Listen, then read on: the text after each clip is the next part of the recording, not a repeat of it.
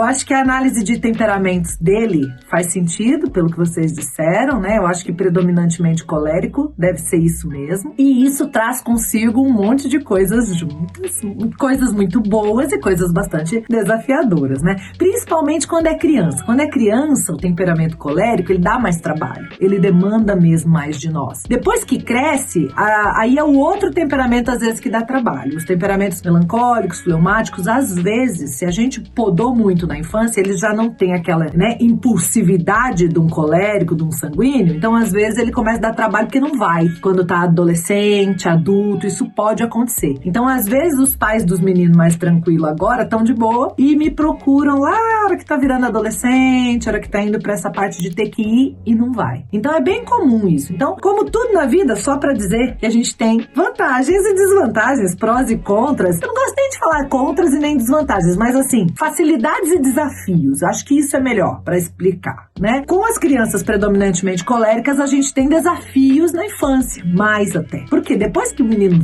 fica maior, ele vai, porque ele tem essa força. Aí a gente só tem que preocupar com o quê? Que ele esteja encaminhado já para um lado positivo, porque ele vai. E se ele não tiver encaminhado para um lado positivo, potente, ele vai para um lado ruim e vai com força. Então essa que é a nossa preocupação com esse temperamento. Eu acho que tem várias coisas importantes nessa história. Quando a gente está convivendo, a gente tem a nossa relação com a nossa criança e o processo de educação que a gente está propondo e tentando se livrar daquele autoritarismo gigantesco que a gente veio, tentando fazer uma educação mais libertária, mais evoluída até, eu diria. E a gente tem também o resto, o entorno, as outras pessoas com as quais a gente convive. Algumas coisas que não vão fazer muito sentido com a nova forma na relação com a criança ainda são a demanda e a expectativa do entorno. Faz sentido isso? Não faz mais sentido, por exemplo, vou dar alguns exemplos. Eu obrigar o meu filho a pedir desculpa pra alguém que ele bateu, porque não faz tanto sentido, eu entendo que não é por aí, ele não tá arrependido, então ainda não resolveu. Mas às vezes o entorno espera isso,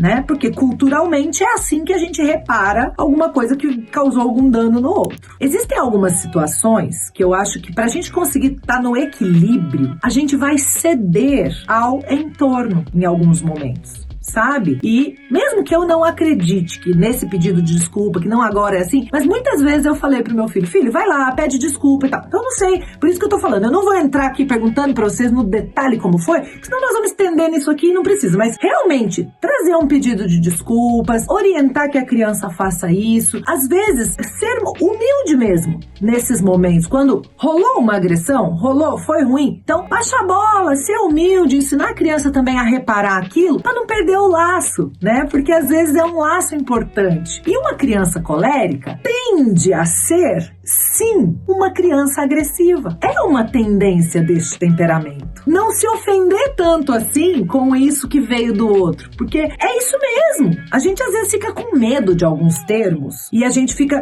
Não tô falando pra gente botar ele no rótulo de agressivo e fechar ele lá. Não é isso. É saber, sim, o meu filho tem um temperamento predominante que tende à agressividade. Esse é o caminho de desenvolvimento que nós vamos ter com ele. E aí quando o outro vem e fala, se o menino é agressivo, você fala, descobri que faz sentido. Ele tem sim esse temperamento forte e nós estamos de olho, trabalhando todo dia com isso. Porque a gente quer canalizar essa força da raiva. Aí você já vai reconstruindo, você não fala mais em agressividade. Você fala essa força da raiva para algo positivo, para algo potente, para que realmente ele consiga usar toda essa energia para algo construtivo, amiga, e não destrutivo. A gente não quer ele batendo nas pessoas, precisamos de ajuda para conseguir isso. A força da raiva. Vamos usar essa força da raiva dele para coisas produtivas, não para coisas destrutivas, não para bater. Sabe por quê? A força da raiva, ela é muito boa. A gente tem essa tendência, sabe? De achar que a gente precisa da raiva para dar resultado, para ser efetivo. Então, é bem importante pensar nisso. Por isso também que a gente precisa ajudá-lo, porque assim, a forma de vocês educarem, vocês já estão alinhando. Vocês não estão mais levando ele pra raiva na forma de educar. Vocês já estão conseguindo. Tava rolando isso um pouquinho no começo, vocês já se regularam aí, e eu não tô nem tocando nesse ponto, que eu já vi que vocês não estão mais nessa, vocês não estão fazendo isso. Agora, o que vocês precisam ajudá-lo? Ele mesmo vai pra raiva automaticamente, com qualquer frustração, porque é da natureza do temperamento dele. Então, agora nós vamos precisar ajudá-lo a, 1, sair da raiva quando ele for, 2, ter mais opções além de entrar na raiva. Que é um desafio da vida, tá, queridos? Não é uma coisa que vocês vão,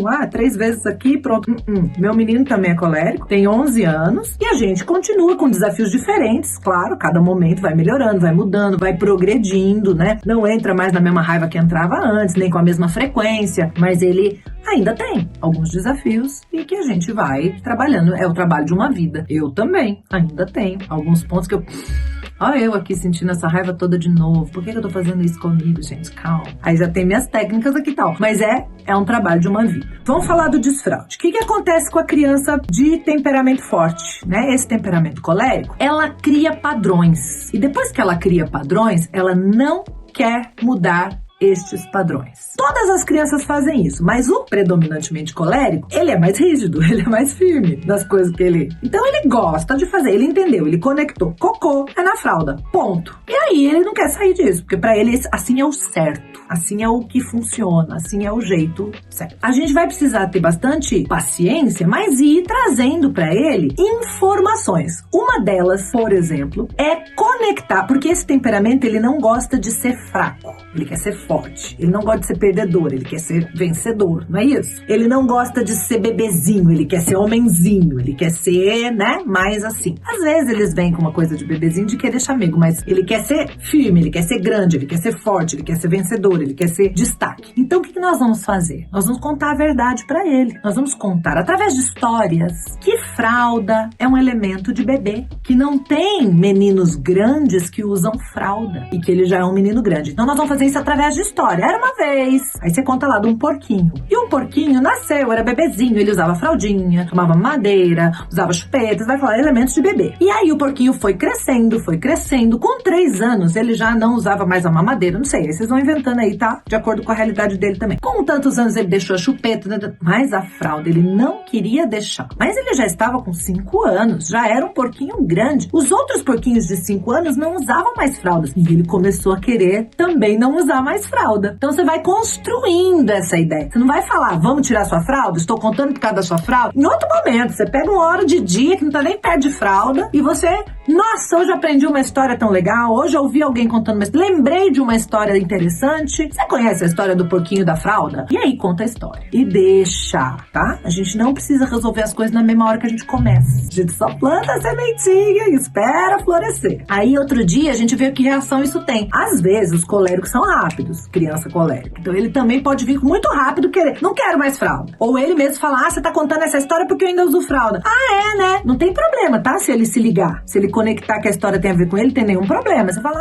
é, né? Você usa fralda, né? E você já tem 5 anos também, né? Verdade. Tá bom, conectou. Beleza, não precisa sofrer com isso, né? Tem gente que fala assim, Isa, eu conto a historinha e minha criança percebe que eu tô falando dele. Não tem problema. Jesus fazia parábola e todo mundo sabia que tava falando deles. E funcionava ainda assim. Funciona até hoje. Eu quero trazer um ponto importante aqui. Eu não tô falando contar qualquer historinha. Eu tô falando historinha que pega onde pega pra ele. Bebezinho, pessoa que ainda não sabe as coisas. Ele precisa pegar no orgulho, porque ele até agora não viu sentido em tirar a fralda. Pra ele não tá fazendo sentido. Então, ele tem que ver que os outros já não usam e ele ainda usa. Ele tá ficando por último, ele tá ficando pra trás. Só que não de uma maneira ameaçadora, não de uma maneira... Mas ele precisa sentir. Enquanto ele não sentir, pra ele vai estar tudo bem. Outra coisa que eu quero incluir no desfraude. Algumas vezes a gente faz esse processo de deixá-los sem fralda pra eles acordarem molhado, pra eles perceberem a consequência de não controlar o xixi à noite. Muitas vezes a criança nem liga. Eu lembro quando o meu filho isso aconteceu e eu falava assim pra ele, mas você não se acomoda de acordar todo molhado e tal? Ele, fresquinho. Aí eu vi que não tava resolvendo nada. Ele mesmo tirava toda a roupa, ele mesmo tirava o lençol de cama, levava lá pra fora. Isso tudo é importante, tá? Porque a criança também vai vendo todo o trabalho que tem. Mas ainda assim, com esse meu menino, não estava adiantando nada nessa época. Tá? Ele devia ter uns 3 anos e meio, 4. Aí eu falei, eu vou buscar um reforço externo. Então, gente, tudo que eu falo pra vocês não usarem estrelinha, premiação, para o desfraude noturno, quando ele passa do ponto, às vezes é uma alternativa. E por quê? Porque não tem a ver com princípios, valores, moral. É um treino físico, o controle dos esfíncteres depois de 5 anos. Ele já tem esse controle. Vocês já sabem que ele já tem, tá? Então vocês não estão passando por cima da natureza da criança, nem nada. Então o que eu fiz? Colei 5 estrelinhas no espelho, só que eu não quero que use estrelinha, por exemplo, para controlar o comportamento da criança, porque isso tem a ver com princípios, valores, percebe a diferença? Isso aqui não, isso aqui é só um treino físico. Então se não tá funcionando a consequência natural, nós vamos criar um estímulo. É como se fossem metas do trabalho. Nossa, a gente não tem as metas, que a gente ganha um bônus cumprir as metas? É tipo isso. Então eu colocamos 5 estrelinhas no espelho. Todo dia que ele acordava sequinho, ele pintava uma estrelinha. Quando pintava 5 estrelinhas, ele podia escolher alguma coisinha baratinha. No caso nosso era um Kinder Ovo. Ele ganhava um Kinder Ovo. Deu uns 40 dias, acabou acabado, desfraudou de vez, resolveu. Então ele acordava molhado, ele ficava com raiva de acordar molhado. Ele ficava triste com ele de acordar molhado. E é isso que a gente precisa promover, uma alavanca que ele sinta. Enquanto ele fizer isso, for pra vocês, pra ele, ó, tá valendo de nada. Tem que fazer sentido para ele. Ele tem que querer. Então eu acho que a combinação de historinhas que vão colocando, como isso é coisa de bebê, como isso já não combina com uma criança tão esperta que nem ele, como isso já é uma coisa de alguém que veio antes. E ele já agora não faz mais sentido. Ele precisa ver essa, né, desconexão e as estrelinhas. Eu acho que essa combinação resolve. Agora, se vocês já estiverem falando muito sobre isso agora, nos dias atuais, talvez faça sentido, espera um mês, depois começa. Se não estão falando agora, tudo bem, já começa agora. Pra ele, tipo, tira isso de cena, tira isso do foco, não deixa isso o tempo inteiro na conversa, e aí começa. Ele dá conta da roupinha suja, de botar no cesto, do lençol sujo, de botar no cesto, botar o colchão lá fora pra tomar sol. Ele que tem que dar conta de tudo isso, com a ajuda de vocês, claro, porque ele só tem 5 anos, mas assim, ele precisa sentir esse trabalho e ele precisa querer não passar mais por isso, né? Então eu acho que esse estímulo externo do reforço positivo, que a gente não fica usando igual todo mundo, quadro de recompensa pra tudo, pra criança comer, pra criança funcionar, pra criança... Não, mas nesse ponto, só pra isso, eu digo que é aquele 5% da vida que você pode sim usar o reforço positivo e um quadrinho de recompensa, sabe? O problema é que o povo usa isso pra 95% da vida. Daí não, aí você cria um robozinho, ele trata bem o outro pra ganhar estrelinha, não porque ele entendeu o valor da amizade, não porque ele entendeu a autorregulação emocional, então não é isso que a gente quer. Agora, para os esfíncteres, tudo bem, já que ele já tem maturidade. Essa parte dele ficar se enrolando para fazer as coisas, se ele fica se enrolando e chega a não fazer, é porque a gente tá dando esse espaço. A gente tá dando muito espaço. Então assim, vai fazer agora ou daqui a pouco, ou bota lá o tempo, ó, o timer. Quantos minutos será que a gente consegue, hein, guardar esses brinquedos? Vamos ver? Aí bota uma ampulheta, de repente, pra ele ver o tempo passar. Ó, será que a gente consegue guardar tudo até acabar essa areinha aqui? Aí ele vê que tá caindo areinha, sabe? Será que a gente consegue terminar? Vamos lá? Vai, te ajudo. E dá uma estimulada. Então,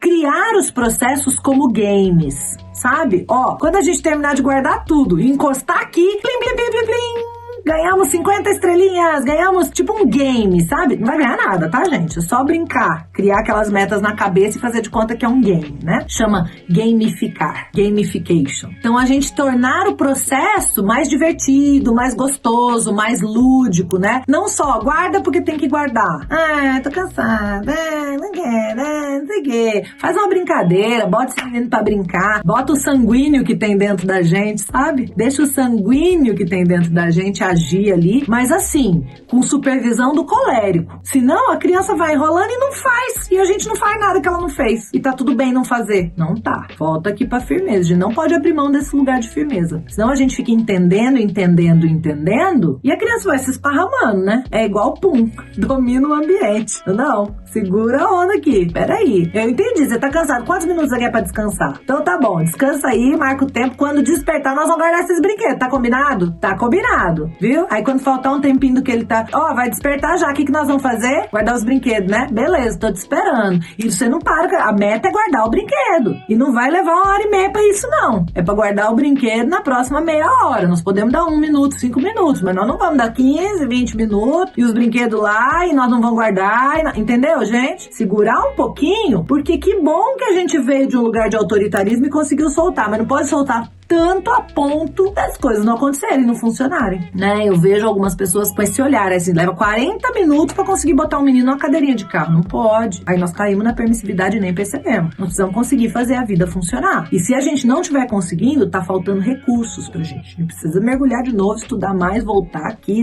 né? Buscar mais recursos. PNL, por exemplo, que você falou, é um outro lugar que tem muitos recursos, né? Que vai nos ajudar. Então, continua esse mergulho, porque a gente vai buscando recursos, mas não se acomodar e conformar que o menino pode ficar 40 minutos não guardar os brinquedos lá, ainda guardar marromeno igual a cara dele, arrumar outra coisa pra fazer, e você, tá bom. Não.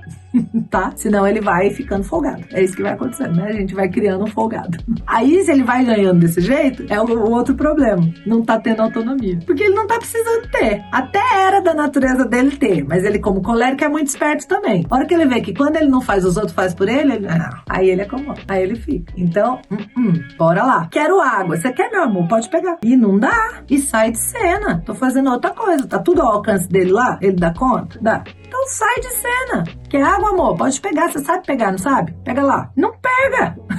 Por que ele continua pedindo? Porque alguém pega. Se não pegar, de sede não vai morrer. Então a criança ela vai se acomodando e não tem autonomia quando alguém faz por ela, como todo ser humano, até não ser humano, até cachorro, até bicho. O bicho se acomoda se a gente deixa. E se a gente levar comida lá, ele come lá. Se a gente não deixar aqui, ele vem comer aqui. É até o bicho. Então é a gente que dá esse lugar. Ai, vem me dar banho. Dá banho? Por quê? Você já sabe. Vamos fazer o seguinte, vamos tomar banho junto. Eu me lavo, você se lava. Pronto, vai tomar banho junto. Mas não lava ele. Você se lava. Ele se lava. E pronto, sabe? A gente vai estimulando, mas a gente não vai fazer por ele. E não vamos deixar sem fazer também. Então, como que nós vamos achar esse lugar de ser firme sem ser agressivo, né? Agora, quando eu tiro a agressividade e vai embora junto a minha firmeza, aí dá ruim. Aí a gente cai na permissividade. Então, a gente precisa ter ali o que precisa ser feito e como que vai ser feito. Quando eu caio um pouquinho na permissividade sem querer, a criança começa a ficar agressiva, irritadinha, sabe? Paviozinho curto. Por quê? Porque ela tem espaço pra isso. Sabe a criança que fica meio dando pitizinhos por qualquer coisinha? Que você vê que... aí daquelas coisas, jogada de corpo. Faz sentido o que eu tô falando, gente? Isso é sinal da permissividade nossa. A gente tá dando espaço pra ele fazer isso. Quando a criança tem 5 anos, ela já sabe conversar. Você fala, por que você tá fazendo isso? Já sabe conversar? Eu, hein? Não, quando você quiser conversar, a gente conversa. Que é assim, não quero nem ficar perto de você. Eu não gosto de criança que faz essas coisas assim. Não gosto de conversar com gente que não me respeita. Isso não me respeita, isso não é respeito. Sai, vai tomar uma água. Não vamos conversar. Eu vou conversar com você. Você já tem 5 anos, você sabe conversar. A hora que você quiser conversar, nós vamos conversar. Sabe? Precisa ter um pouco desse lugar da firmeza pra ele saber que não é opção. Porque daí ele faz a mamãe fala, ai não, então vamos fazer desse jeito porque menininho que é assim. Vai ficar birrento, manhoso, agressivo, mimado, batendo nos outros e a gente vai ficar perdendo os amigos. E é isso que a gente não quer. Beleza, queridos? E aí vai ter problema na escola também. E aí vai ter, mesmo nessa que é toda maravilhosa, vai chegar um ponto que vai chamar vocês lá pra conversar se a gente não cuidar disso. Porque começa a afetar o convívio social. É ruim pra ele. E aí no começo ele vai estranhar um pouco, mas depois ele vai agradecer muito que vocês estão colocando essa estrutura. Entendam? É diferente de limite que limita. Esse é o limite que orienta, que é a parte boa do limite, como eu sempre digo. A parte boa do limite é a orientação, que são como os parapeitos de uma ponte. Pra gente passar uma ponte alta sem parapeito, o que a gente se sente? Inseguro. A gente não se sente bem. Dá medo. A mesma coisa a criança, ela precisa da nossa contenção ali, ó. Até aqui tudo bem. Daqui pra lá é desrespeitoso. Não é uma opção. Assim você não vai fazer comigo. Ei, por que você tá gritando assim comigo? Opa! Eu sou sua mãe, eu sou seu pai. Eu grito com você? Não grito com você. Eu e sua mãe a gente fica gritando, eu e seu pai a gente fica gritando? Não. Por que você acha que vai falar assim com a gente? Não, a gente não grita nessa casa. A hora que você quiser conversar, você me avisa que nós vamos conversar. Não vamos gritar. Ai, vamos espernear. Quem é que você tá vendo espernear aqui, meu filho? Essa casa a gente não esperneia. Bebezinho que esperneia porque não sabe falar. Você já sabe falar? Tem nada que espernear. A hora que estiver pronto pra conversar, nós vamos conversar. E deixa ele, sai de cena. Vai lá tomar uma... Mãe, pai...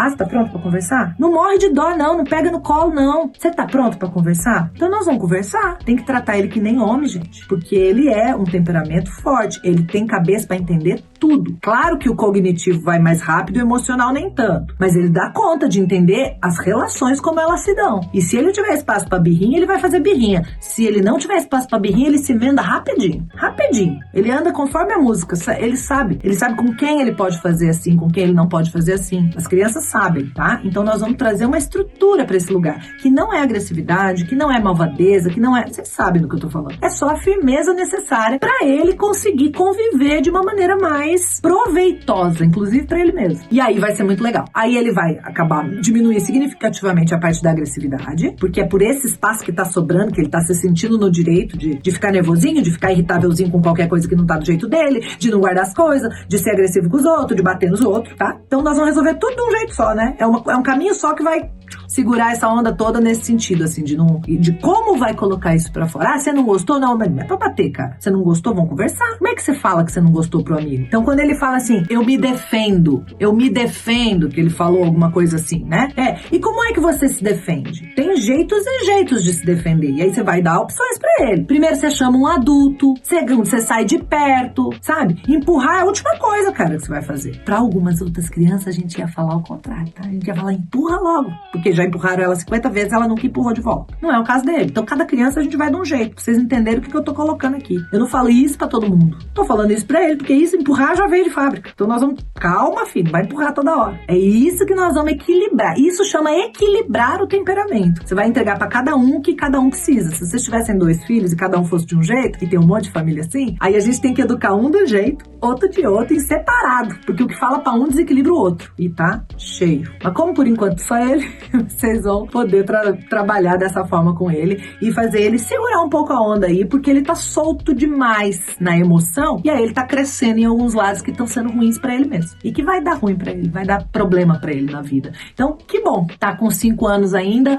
tá em tempo, tá dentro da primeira infância. Então, assim, rapidamente vocês entendendo isso e achando o lugar de vocês aqui também, porque é uma busca nossa de achar esse lugar da firmeza sem a agressividade, que é difícil. Às vezes, quando a gente vai ser firme, a gente é logo agressivo junto. E não é pra ser agressivo, é só pra ser firme sem ser agressivo. O que é que vai me dizer se eu conseguir? A reação dele. Quando eu for firme sem ser agressivo, ele tende a receber. Não feliz, mas recebe. Se eu for agressivo, ele espirra. Então, isso ele vai nos ajudando também. Quando eu for mais firme sem ser agressivo, ele tende a receber, meio contrariado, mas vai. Agora, quando eu for agressivo também, ele volta na mesma hora. Eu falo, fui agressivo, então deixa eu achar um outro jeito aqui. E é um caminhozinho que vocês vão se encontrando e logo a coisa vai alinhando.